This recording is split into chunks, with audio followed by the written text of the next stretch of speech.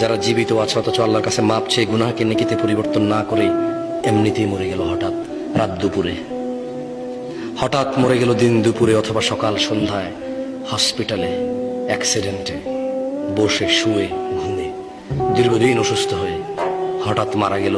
তার গুনাহগুলো গুনাহ রয়ে গেল, এগুলো তার জাহান্নামে যাওয়ার কারণ হয়ে বসবে। অথচ গুনাহগুলোই নেকিতে পরিবর্তন করতে পারতো সে বেঁচে থাকা অবস্থায়। এই যে নিঃশ্বাস চলা অবস্থায় যদি বলতো যে ইয়া আল্লাহ আর করবো না, তুমি সাক্ষী, আমি করলে তো তুমি দেখবাই, কোথায় করবো তোমার থেকে লুকিয়ে। তুমি দেখো আর চুরি ডাকাতি জেনা ব্যভিচার নেশা মিথ্যা কথা কিচ্ছু বলবো না, তবে তুমি আমার আগের গুনাহকে যেমনটা তুমি কোরআনে ওয়াদা করেছো যে নেকিতে পরিবর্তন করো, তুমি করো, আর তুমি দেখো আমি আর গুনাহ করবো না।